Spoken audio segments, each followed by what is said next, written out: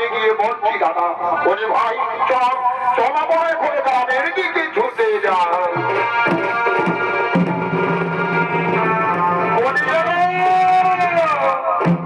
এই মাঝি বহু ভাবলি বহু ধমকি বহু সবাই তো আছো রে বাবা তাড়াতাড়ি গোবর ছোড়াটা দিয়ে দাও গো আজকে আমাদের গোলাপ পূজার দিন বটে এই দেখবে তারা গাছি না তোর টেনে টেনে টেনে মাইকে তুই মারিস না বটে বটে আর দেখবে তারা গাছি না তোর মাইকে তুই মারিস না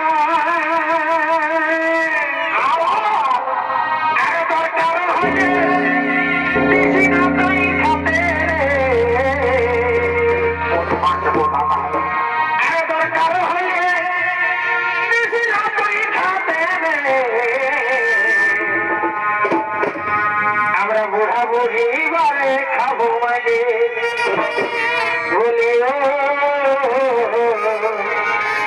আমরা বুড়া বুড়ি বারে খাবো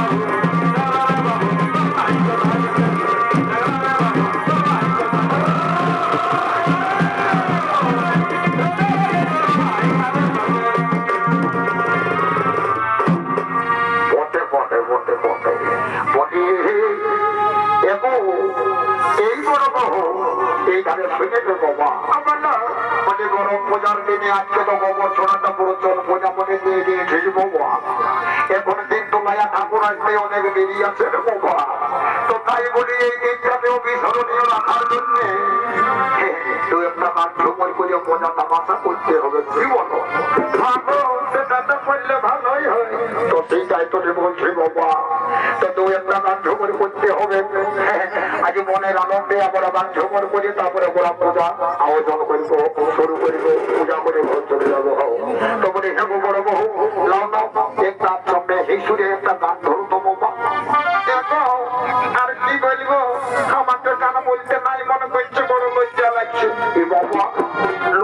বললে কি আর গান ঝমরে হইল লজ্জা করো না গো, লজ্জা করো না, গান ঝমরি করো।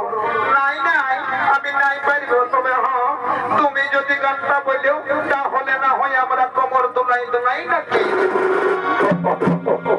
ঠিক আছে বাবা, ঠিক আছে, আমি এই গানটা ধরব। তো বলি কই আমার একটু বাদ্যযন্ত্রটা দেখি তো। আজ মজা তামাশা করে দু একটা গান ঝমরে হয়ে যাবো।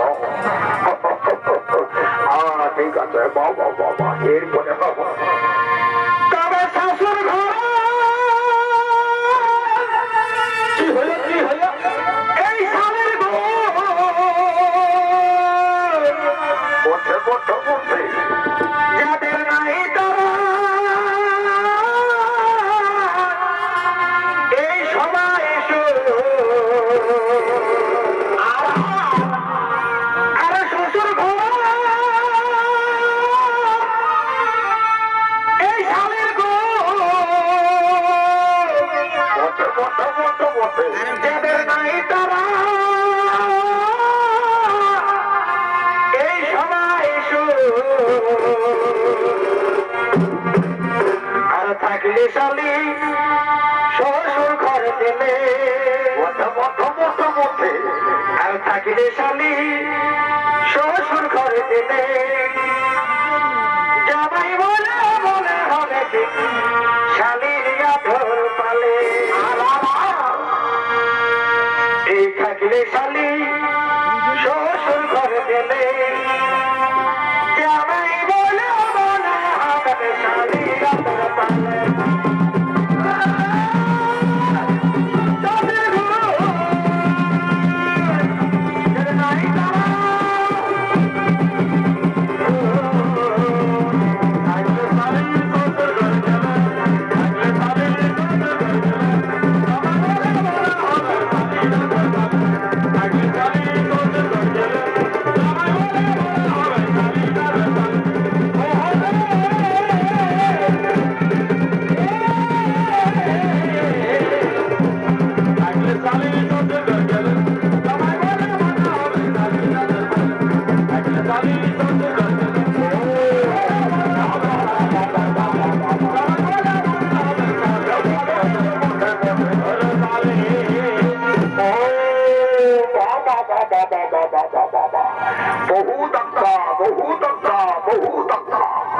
এখানে বহু যাত্রা নাচনা হচ্ছে, গানা হচ্ছে।